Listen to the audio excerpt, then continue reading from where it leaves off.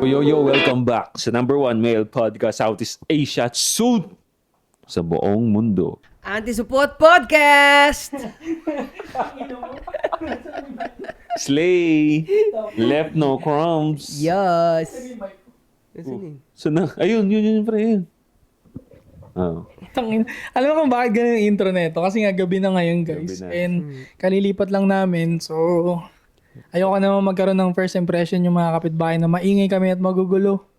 Alam niyo naman dito sa klase ng neighborhood na to, sensitibo mga tenga niyan, pre.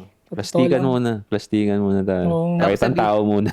Sabihin ni Marie Cris, ngayon, intindihan nyo na ako. Wow! Nanalo siya, pre. Hintayin mo lang. Papa 6 months lang ako dito. Naalala ko rin, pre, no? Kasi hindi lang sa atin pwede mangyari. Kasi ngayon sila Kong din, di ba? Nung panahon nila. Nasa BF din sila. Nasa compound sila parang isang grupo. Biruin mo, tropa magkakapit bahay. Maingay talaga yun. Oo. Lagi silang nireklamo, pre. Tsaka hindi sila mahinahon dun pag yung may punchline, syempre. Kailangan may energy ka rin. Yeah. Kaya ganun. Di talaga mawawala. Kaya paano yung intro? Podcast! Ang zasti Pero okay lang naman yung Yung growl. Hindi, okay kunyari lang. pag gabi na, gawin mong R&B. R&B? Actually, pare okay lang yung ano. Unsize, 3 p.m. Ano sabi mo kanina? Anong intro yun? Anti-Support Podcast? Gawin mong R&B. Sige nga. Anti-Support Podcast! Gago, kulot na siya, pre. Gago. Kumukulot na. Baby! Lamig, pre. Inang lamig. Stay cool. Ganun ang gagawin ni... Pag gumanon si 8 Asset, ibig sabihin, late na. Hindi na late pwede night. mag-ingay. Pero pag sumisigaw naghapon, umaga, Oh. pwede. Sabihin daytime yun. Para may idea sila, pre. Meron sila, 10 p.m. to sinut. Di ba? Tama. Oh. Kasi syempre family namin kayo, kaya gusto namin updated kayo sa mga nangyayari, di ba? Hindi lang naman to basta podcast buhay na rin namin talaga yung nakikita ninyo. Kumbaga kung ano yung napapanood niyo sa amin sa labas, ganun na talaga yon at ganun din talaga kami sa personal. Yeah. Kaya nga family tayo, di ba? Real talk. Family tayo, hindi naman tayo kilala. Soy sa daw, General ng Soy Army. Ang puso ko pa rin nasa magsasaka. Hari ako ng hip-hop underground. At Aggression.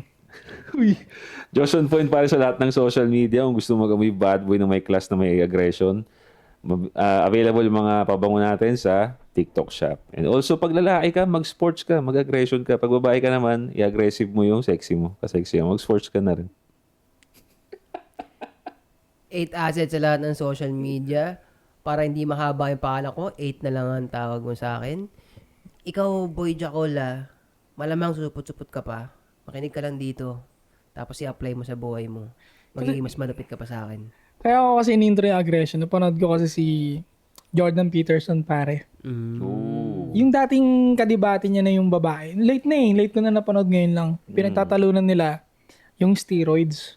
Okay. Kasi yung steroids, sinasabi ng babae na masama ito kasi nagkikreate ito ng aggression.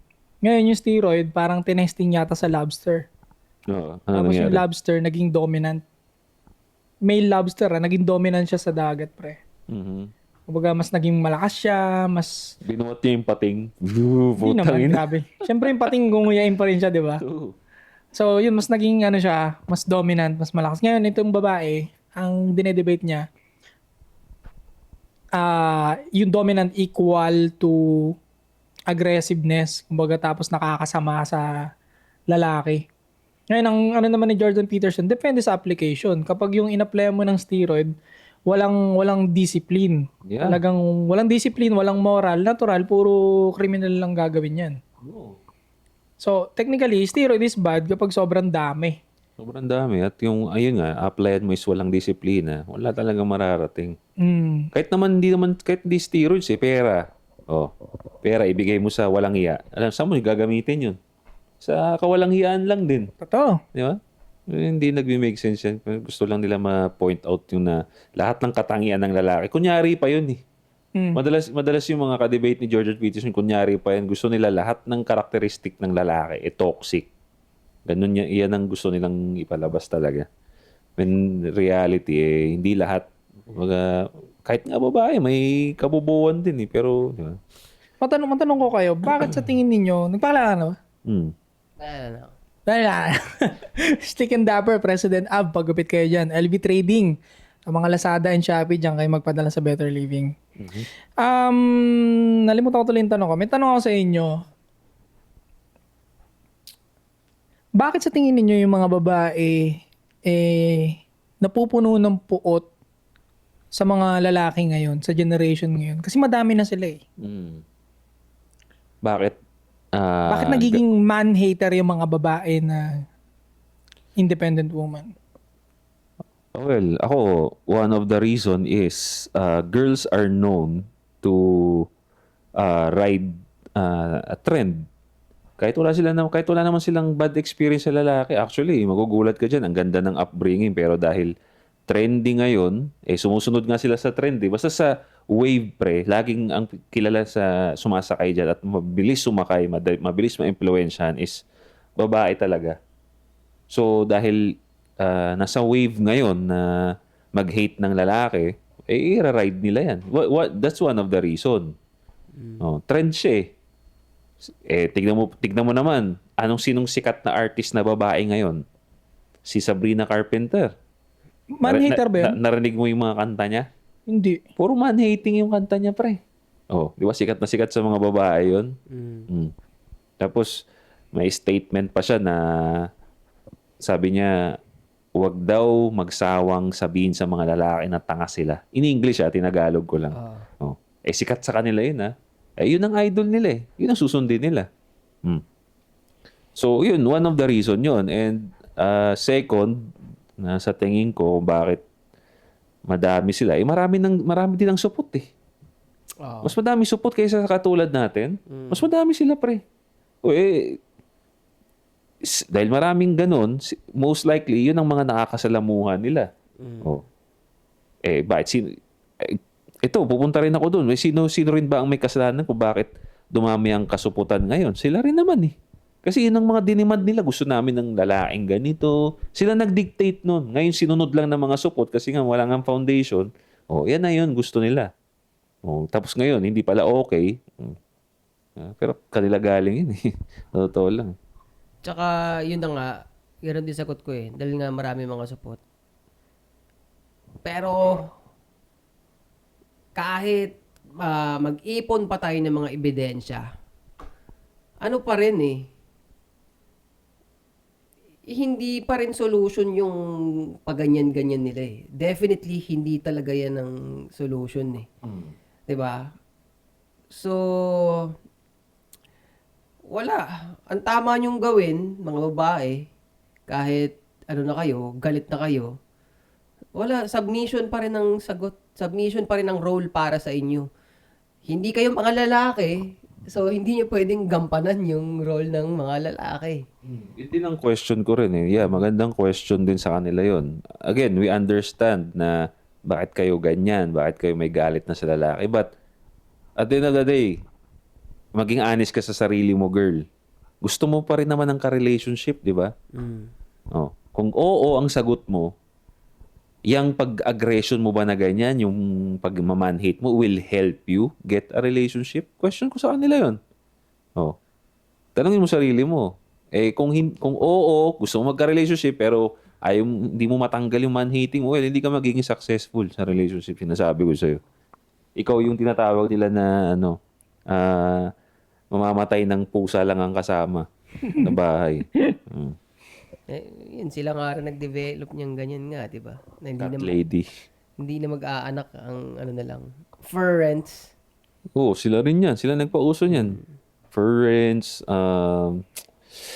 yan. Tapos, abortion nga, sila rin Gustong-gusto nga nila yung topic na yan So, again, yung nila, simula nung nauso yung feminism, all they want to do is abolish nga yung tinatawag natin na ano tawag dun sa family na yon? Family. Family is love. Yung yung idea ng family. Family planning? Hindi. Kalimutan ko yung term. May term na ginagamit dun na nakalimutan ko na Basta yun. Ang Nuclear family? Nuclear family. Gusto nilang sirain na talaga yun. Biro mo, ang gusto nila, abortion. sila rin yung pushing ng agenda ng LGBT, which is destroying, ano rin yun, technically, destroying nuclear family yun eh. Sila rin nag-push niyan. Oh. Lahat yan, it's all to destroy the traditional values, to destroy the nuclear family. Yan yun. Kapag, ito naman, speaking of bakla, nasabi mo di ba? Kapag kayo nagkaanak ng bakla o tomboy, ano ang gagawin ninyo? Nako po, yan na. Wala siyang choice, susunod pa rin siya sa akin. Bakla muna. Wala siyang choice, susunod pa rin siya sa akin. Yun. Sige nga, ikaw. Go. Hindi, wala. Lalaki pa rin ng ano. Magsusports ka pa rin. Kahit bakla siya. Oo, magsusports ka pa rin. Hindi ka pwede magpairal ng kabadingan dito. Yun. Ano kung bakla talaga siya, tapos junior mo siya, halimbawa, ano? Ramon Chito, junior siya, ano? Nagdala siya ng boyfriend sa bahay niyo. Gago. Gago, paparusahan ko siya. Tapos yung boyfriend, malakas pa kumain o kumuha ng pagkain sa rep mo. Gago, hindi na makakain sa bahay yun. Anong gagawin mo? Anong gagawin mo? Hindi makakain sa bahay. Tapos tawag pa sa'yo ng boyfriend, Pa, anong ulam? Oh, pag yung question na yan na naging bakla yung ano ko. Lalo na tatanungin din sa atin yan. No? Oo, yan nga eh. Kaya paano nga naging, kasi masculine nga tayo. Yun nga. Paano pag naging bading yung anak mo? Again, hindi siya, kumbaga, hindi ko siya preference. But, syempre, pinalaki ko yung anak ko, may pagmamahal ako sa anak ko. Meron. Anong gagawin Hindi mo? ko rin makakaya na itakwil siya agad-agad. No, but, syempre, katulad ng... Unti-unti tatakwil. Oo. Oo, no? Pero, Hindi agad. Hindi, yun ang sabi ni Josh eh. Hindi ko siya matatakwil agad. So, hindi, papunta tayo doon. Papunta tayo doon. Hindi kita matatakwil agad-agad. Dramatically. Pero, 'di ba? Kung yung lalaki nga na anak, magiging mahigpit ako doon para maging masculine siya at mapaayos yung buhay niya. Mas lalong mahigpit ako sa iyo. Pagbading ka. At again, nandun yung pag-ibig ko sa iyo. Anak kita eh. Di kita hayaan na mapariwara din. Again, bading ka na nga, hindi ko hayaan maging pariwarang bading ka pa. 'Di ba? Mabuti ng bading ka na lang at mayaman, malakas na bading. Kaysa sa mapariwarang bading ka, kaya hindi ko agree doon, hindi ako agree na. ang ganda. Hindi ako agree doon na mapabayaan ko sila or At least kung bading man siya, maayos yung buhay niya. maayos ang buhay mo. Sige, tatanggapin kitang bading ka. Anak kita, mahal kita. Pero susundin mo pa rin yung gusto kong mangyari sa'yo. Kasi sexuality mo, sige, wala na akong magagawa dyan. Pero yung gusto kong mangyaring maayos yung buhay mo, susundin mo yun. Pag hindi, that's the time. Tatakwil na kita. Paano kung bading siya pero may sport siya, gaya ng gusto mo? Yun na nga. Nakagraduate siya ng college. Tapos maganda yung trabaho niya. Pero dinala niya yung boyfriend niya sa bahay niyo. Yan ang Tapos, boundaries ko. magkatabi lang yung kwarto ninyo, tapos tinitiras yung anak.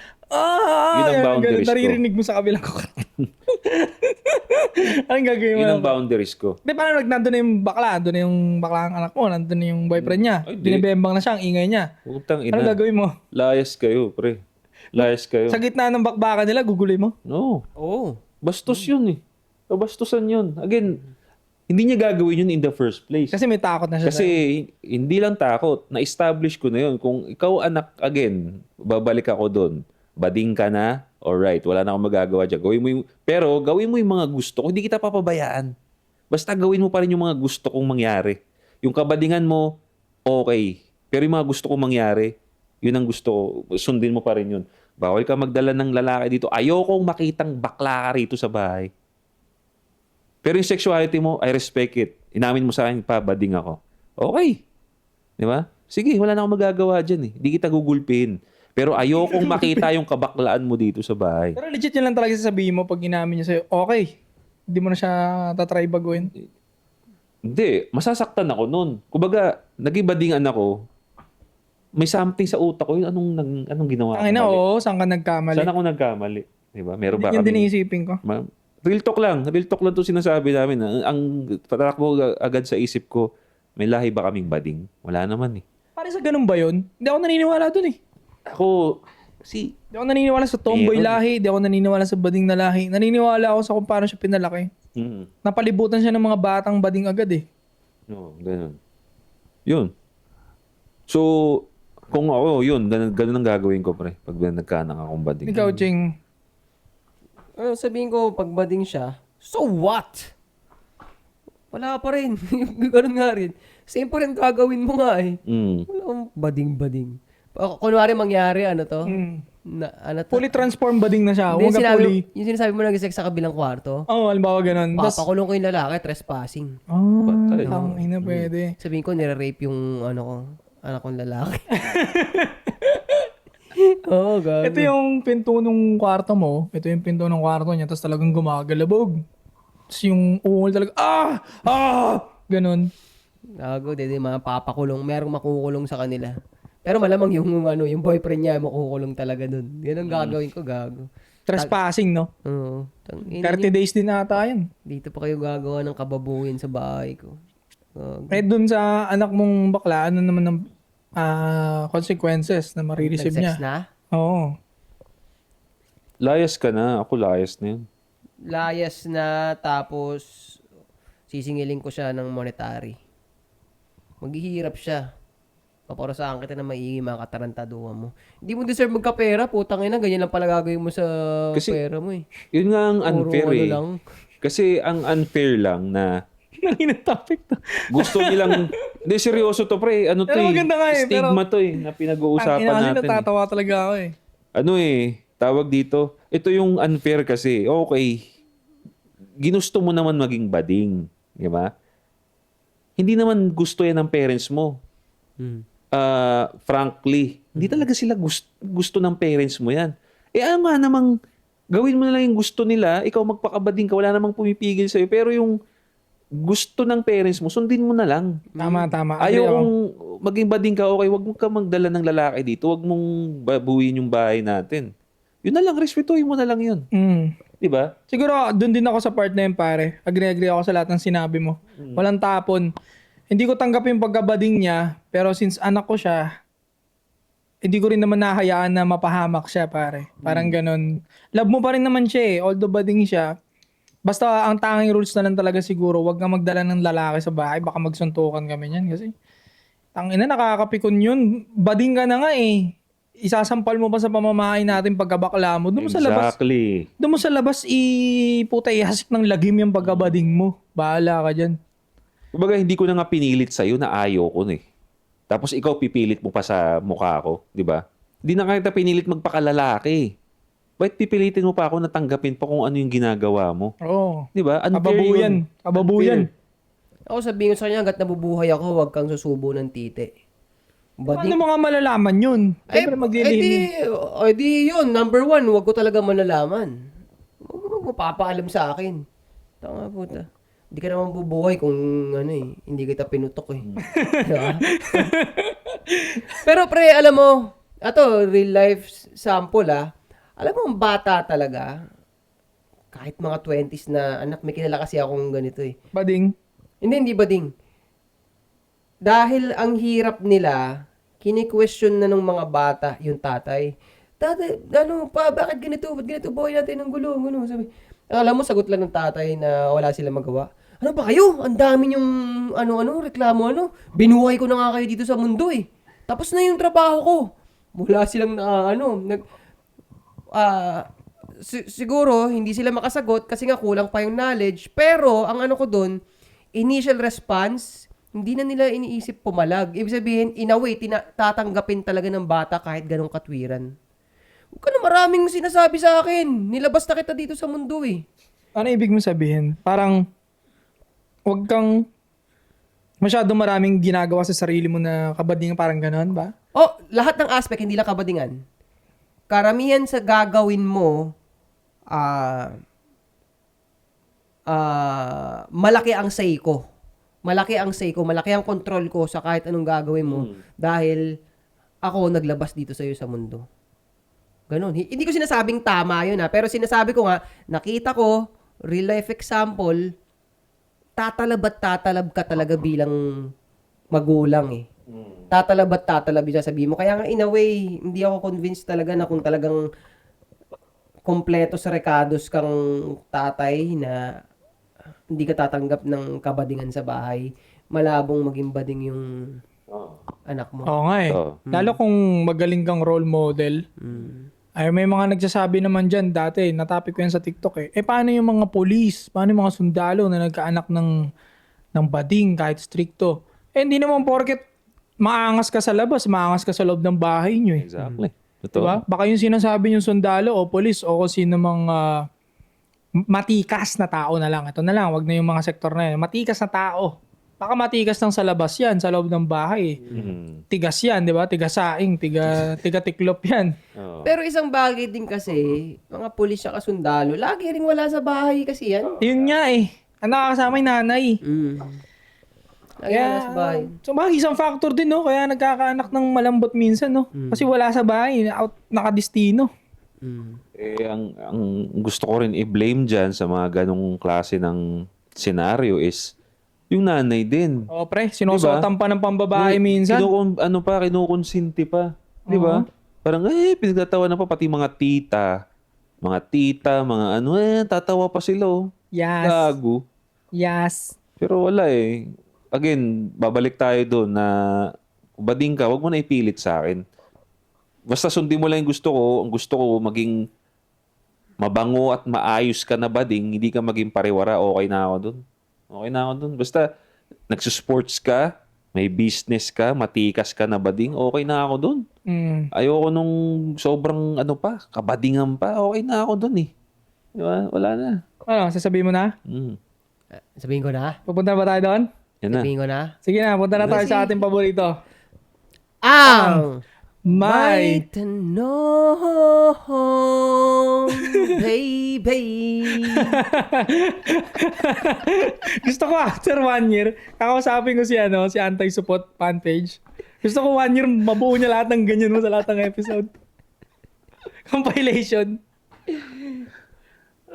Go, go, go. Ang inang haba niyan mo yan. Go. Hindi siya mahaba. Sakto lang. Babae ulit to, pare. Oo, di ba? Medyo sa ngayon, Alam mo, nakakalata na ako ha. Puro mga binabasa mo, puro mga babae lang. Puro babae rin kasi nag-chat sa kanya, pre. So, Titing lapitin talaga. malakas sa mga babaeng fans to si TV ka ba?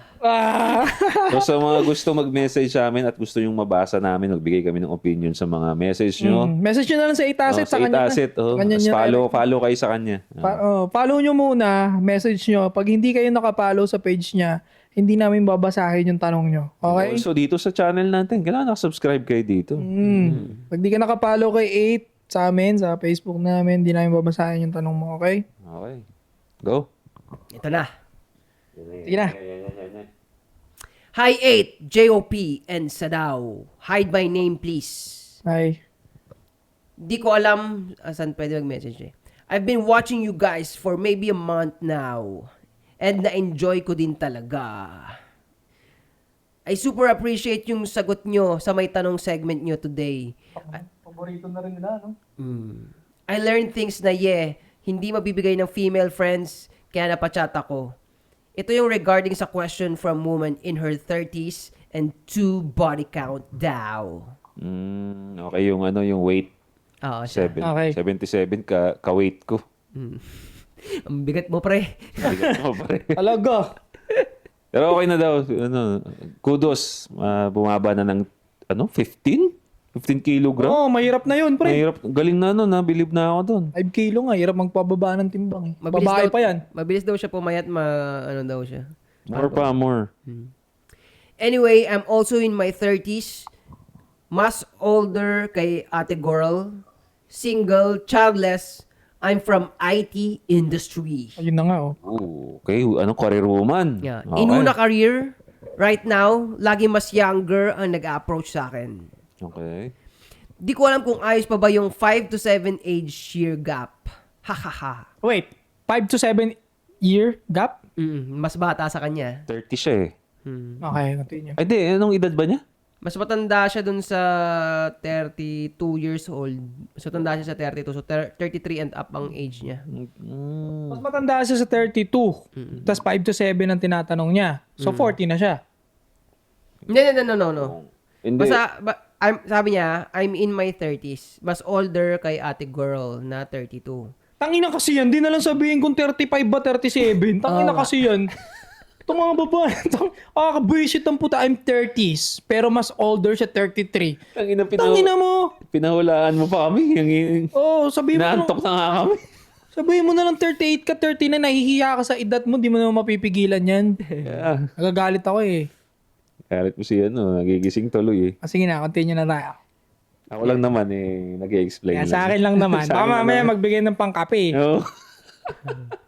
Sa akin lang naman, sabihin niyo na kasi yung age yun ng diretsa. Hindi kasi halatang habang sumusulat to, emotions yung gumaganap sa katawan nito. Hindi ito nag-iisip eh.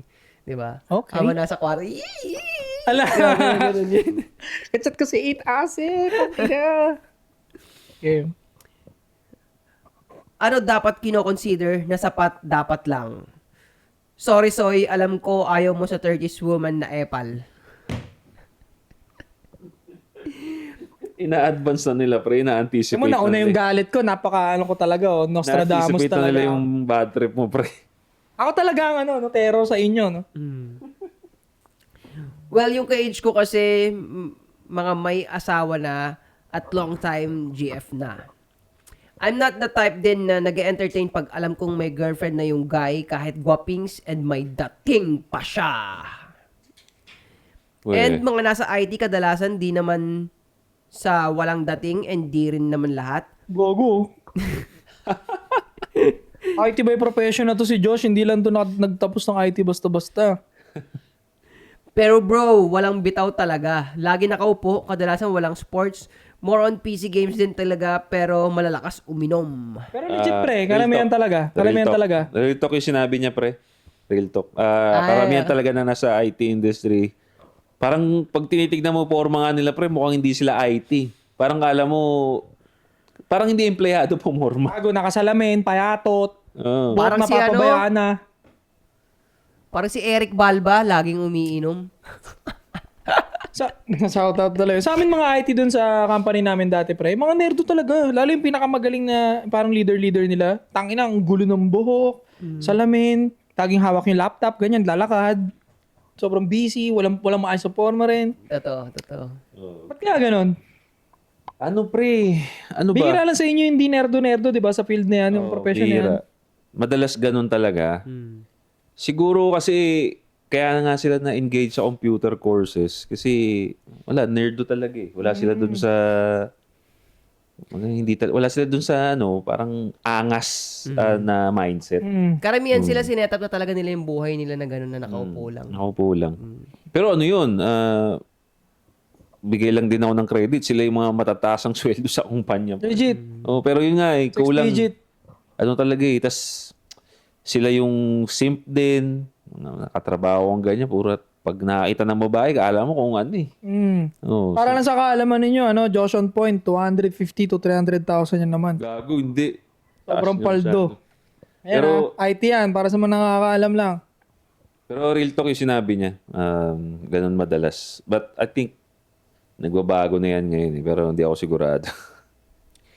Sa katamad na sila magmukhang pogi. Ha. Knowing na okay naman kinikita nila. Oh, di ba? Sabi ko sa Ay, iyo. may comfort din. Oh. I'm single for a year now. By the way, from LDR. More powers to you guys. 8. Carry lang yung growl mo. Kasama yun sa showcase mo sa personality. Hayaan mo na yung iba kung ayaw. Ha.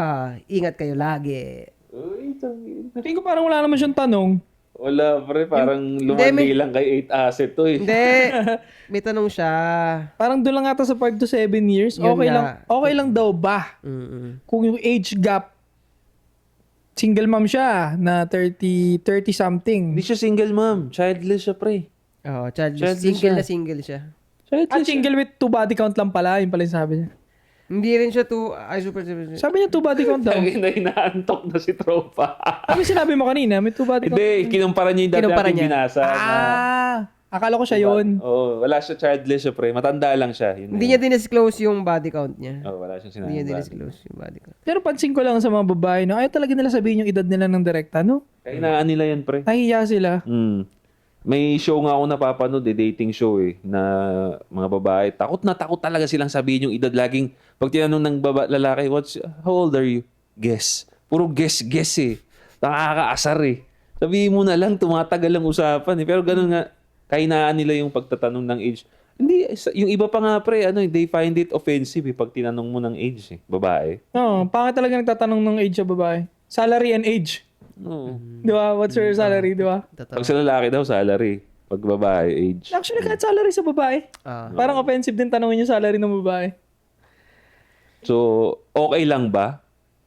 5 to 7, mas bata sa kanya. Kung sex lang, kasi babae kasi yung nagtatanong, so hindi natin i-assume na mag-sex lang sila. So bakit ganun? Pag sa kanila, parang hindi masyado demonize. Kasi nga wala tayong pake, di ba? Kung mas batang lalaki yung gusto nilang ibigin. Wala. Vice versa mo. Walang problema para sa akin. Vice versa mo. Tingnan mo kung gaano ka-demonic sasabihin sa atin pag pumatol tayo sa 20-year-old. Sabihin sa atin na nang mamanipula, nang ganyan, nagtitake advantage, Pero controlling. hindi naman ganun eh. So dito, same thing din. Walang problema. Kung yung kausap mo naman, for example, sabihin natin, kasi nga, hindi mo sinabi ng buo yung edad mo, so we will assume mas matanda ka sa 32. So nasa 40 ka. Tangina kasi yan. No, 40. Sabihin natin 40 ka, 5 to 7. Hindi, 30s pa rin siya. Yung mo, pinapahirapan mo kami. 35. Sabihin natin 35 35. na lang, 35. 5 to 6, 7 years old. Yung lalaki 30s. Or 29. Hindi naman malayo Wala yun. nang di na bata yun para sa akin. Same generation na rin naman kayo nun eh. Sa'yo ba, tol, ang lalaking 30 or 31, di na siya bata. Di na bata. Going there, parang di na nakakalayo yan sa 35 to 37. Hindi na. I think same mindset na yan. Basta pagpatak ng 30s, Totoo. same na yan. Unless kung yung lalaki 25, 24, layo ng gap. Medyo. Layo. Oh. Malayo. Pero 31, 32, 33, hanggang 37, 38, 40, hindi na nagkakalayo masyado ng journey yan. Unless kung sobrang bulakbol ng lalaki na 30, di ba? Oo. Same thing. Wala naman sa edad talaga yan. Nandun yung sa, kunyari, dating stage pa lang kayo. Malalaman mo naman yun sa interest ng tao eh. Hindi sa age eh. Doon din ako nagbabase, ito bang tao na to anong interest mo? Kunyari, katulad natin, nasa sports ka na ba? Nagbabasa ka? Yung mga ganong shit.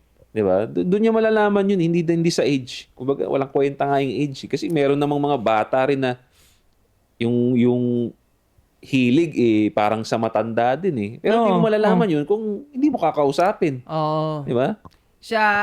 Tayo naman sinasabi natin, generally speaking, di ba, kung matanda ka ng 7 years sa lalaki, mas marami yung mamimit mo na mas mature ka pa kaysa dun sa lalaki. Mas marami. Pero may exception to the rule naman. So, para mangyari yung exception to the rule, ikaw rin. Ikaw ang kikilatis nun. Kasi mag-a-apply ka ng exception to the rule eh. Di ba? Which is mahirap. Mahirap, di ba? Mahirap. Yun nga. Kaya hindi tayo nag-work sa ganung klaseng Totoo. usapan. We always speak for majority, not for minority. Oo. Yeah. Kasi yun yung yun yung mas high probability. Mas malamang na mangyari talaga. Sa'yo, di ba? yeah. Hindi kami nag-ooperate sa isolated cases na isa, dalawa, bakit ganito, bakit ganyan. Kahit naman ang statistics, hindi din ganun nag-work eh. So, kung bobo kang woke ka na ganun ang pansalag mo, di tayo magkakasundo. Totoo. And magbabasa ako may ad pa ba kayo? Oo, hindi. Tapusin ko lang to ng konti. Meron pa. Hindi, kasi ang tanong niya nga, kung ayos nga ba yun? Kumbaga, i-recommend ba natin? Bibigyan din siya ng recommendation kung anong gagawin niya. Kasi gusto niya pa rin magkaroon ng relationship kahit 35 years old na siya. Ako nasasagot, mabilis. Sige, ikaw na 35 ka na. Real talkan, mabilis. Wala ka nang dapat masyadong maraming arte. Doon ako pupunta sa sinabi ni 8 sa Pasuan Laruan. Pasimplihin mo na. 35 ka na. Pagkakit mo ng 40, baka hindi ka na mabuntis. Baka ngayon pa lang mahirapan ka na magkaanak eh. So, wala na. Parang time bomb ka na nagki-click, time is clicking na sa'yo. So, wag mo na isipin kung anong age gap ninyong dalawa. Ang isipin mo kung click ba kayo para gumawa ng family. That's it. Tangina date mo ng ilang buwan. Kapag nakita mo maganda yung ugali ng lalaki, pwede siya maging potential na father ng magiging anak mo, matino Sex siya. na ng sex. Sex ng sex ng sex na. Bumuo na kayo ng family. Tangina, huwag kayong maniwala sa mga lumalabas sa TV. Kasi bumuo ng podcast yung mga matatandang babae na showbiz, pre. Hindi ko napapangalanan, mga sikat eh. Yung iba may asawa pang politician na natalo eh. Ano sabi nila? Sikat din eh. Baka nang ina, wag daw magmadali. 30s, wag daw magmadali. Gago, magmadali na kayo. Yung pinapayo nila na wag magmadali, para sa lalaki yon. Kasi kahit 50 na kami, kaya namin makabuntis. Kayong mga babae na 30s to 40s, hirap. Ayaw kasi nilang i-pressure, pre. Ganon sila. Ayaw nilang i-pressure. Again, yung mga ganong tip, maganda siya pakinggan eh. Kasi pag sinabi mo nga naman sa babae na huwag ka magmadali, okay, sarap pa. Ganon lang pala Gago, yun. yung nagpapayo na yung binanggit ko, wala nga anak eh. Silang dalawa ng politician na natalo na mayaman eh. Di ba? Oo. Asawa niya sa politician, letter M nagsisimula yung pangalan. Gago. Yun lang. Pero wala silang anak. Ngayon, ang sinasabi niya dun sa podcast, sabi niya na huwag kayong magmadali. Mayaman kasi sila eh. Kaya nila yung yung procedure na mahal. Oo. Yung ano ba, IVF ba yun? Egg. Yung tinuturukan dito. O kaya kasi nila yun. Hindi naman ako against sa kanila. Ang tinatopic ko is against ako dun sa mga kabataan na walang pera pero susundin yung tips nila. Yung tips nila na yung kasi fit sa katulad nila na Nobel. Sa katulad nila na Nobel tuloy na, alam mo yun, marangyaba yung lifestyle ba? Sa mga nakikinig sa amin na sakto lang yung buhay, hindi kasing yaman nila. Kasi sila prominente na sila, mayaman na sila. Kaya na nilang ma-fix lahat yan by science. Kayo hindi. Wala kayong pang ganun. Baka magsisi ka pag 40, sana nakinig ako kay Soy. Ngayon, hindi na ako pwede magkapamilya. Made-depress ka for life. Ito. No, yun na yun. Yun na yun. Ang pangalan mo... Huwag ka sabihin yung pangalan eh. Sana na-appreciate mo yun. Ito, magbabasa ko kami. May dadagdag pa ba kayo? Wala na. Go. Tok na. Mag-ano na lang ako. Pagka nag-iisip ako kung anong bibigay ko sa kanya. Sagutin nyo na. Sige. May punta tayo dito sa Siyempre, unahin ko yung mga member, pare. Ganun talaga, pare. Kaya dapat magpa-member ka na. Kung hindi mag-subscribe ang priority ba sa akin yung comment ng Hindi naman, pero... Diba? Isa yun sa mga benefit eh. Isa yun sa mga benefit. Yeah. Ito sabi ni Yan Manares 939, attendance check. Vincent Welcansin, mahirap magustuhan si 8 para sa mga new viewers.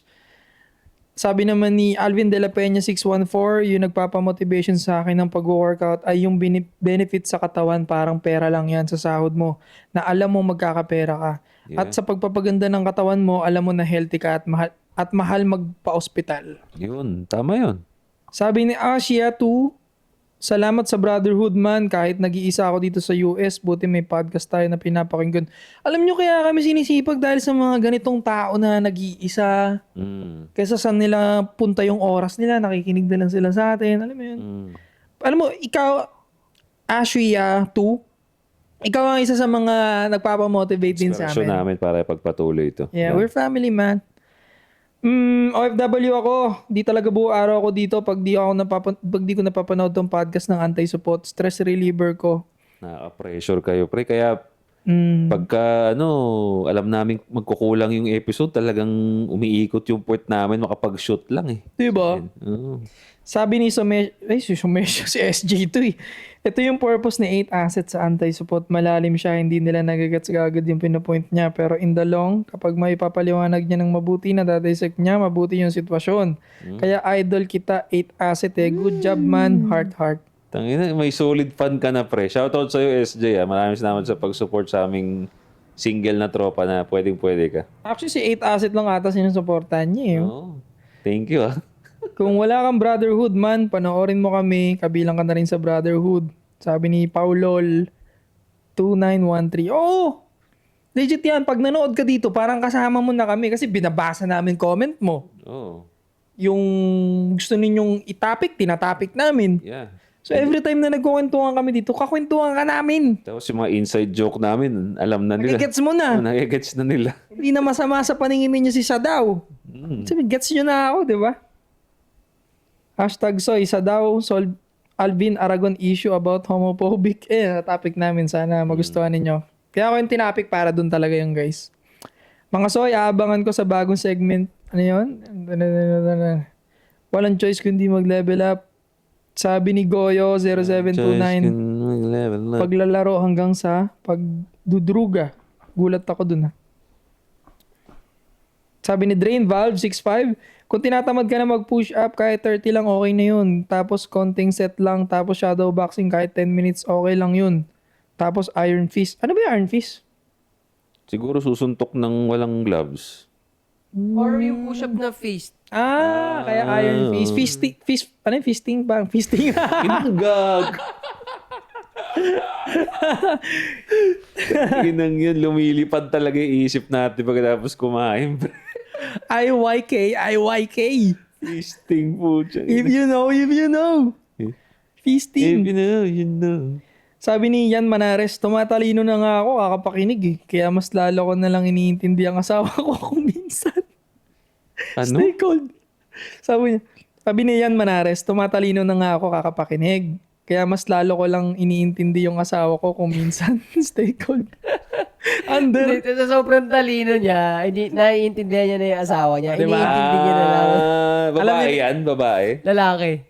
Baka babae. Lalaki. Baka babae. Yan, Babae. yan eh. Nag-make sense eh. Oo. Yan Manares. Naintindihan niya na yung mister niya. Kapanood sa atin. O, diba? Tao nga no. Sabi ni Kuis Takumi, paano hindi tamarin? Manood palagi ng anti-support. Araw-arawin nyo, may motivation at matututunan na bago.